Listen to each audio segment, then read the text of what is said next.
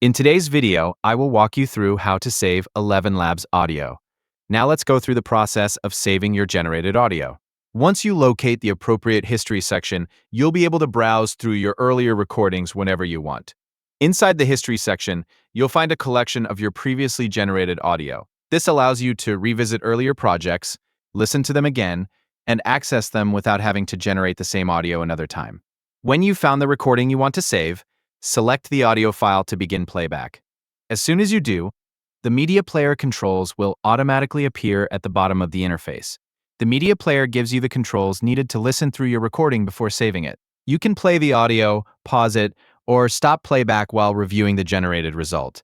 This makes it easy to confirm that you've selected the correct recording before downloading it. Once you're satisfied with the audio, look toward the bottom right corner of the media player. You'll see a download button located there. Click the download button, and ElevenLabs will save a copy of the selected audio directly to your device.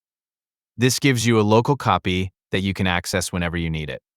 If you've generated multiple recordings, you can repeat the same process for each one. Simply return to the history section, choose another audio file, allow the media player to appear, and use the download button to save that recording as well. Because your generated audio remains stored in the history section, you can always come back later if you decide you need another copy. Just open the same recording again and use the download button whenever you want to save it.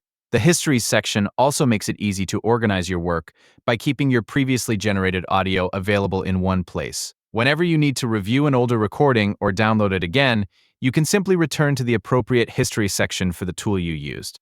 Thanks for watching, and don't forget to subscribe for more ElevenLabs tutorials and helpful guides.